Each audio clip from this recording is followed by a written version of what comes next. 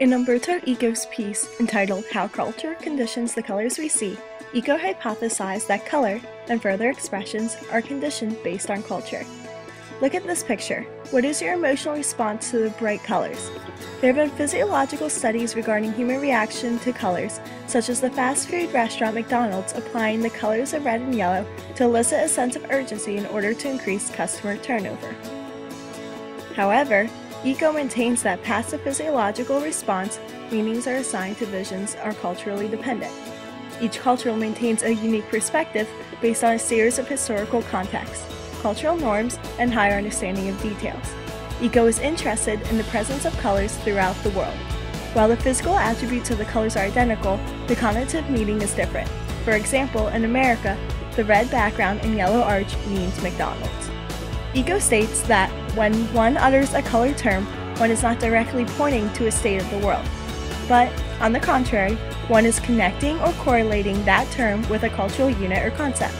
Utterance of the term is determined, obviously, by a given sensation, but the transformation of the sensory stimuli into a precept is in some way determined by a semiotic relationship between the linguistic expression and the meaning and content culturally correlated to it.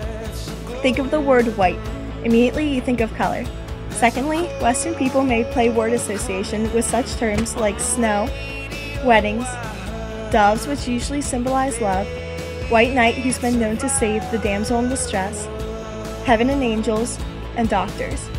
Historically, ancient Greeks wore white to bed to have a good dream, and only the Egyptian pharaohs wore white crowns. In the connotative English language, white maintains a correlation to positive items.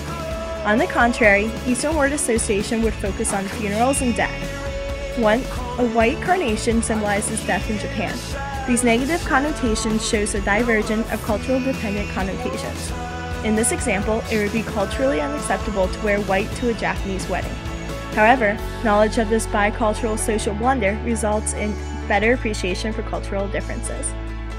Eco acknowledges this emerging appreciation when he states, when our instinctive tendency to discriminate produces a more subtle characterization, we acquire a more powerful worldview.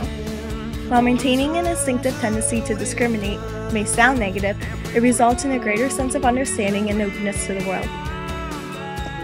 It promotes appreciating details by examining less basic characteristics. Herein lies the irony of Eco's work.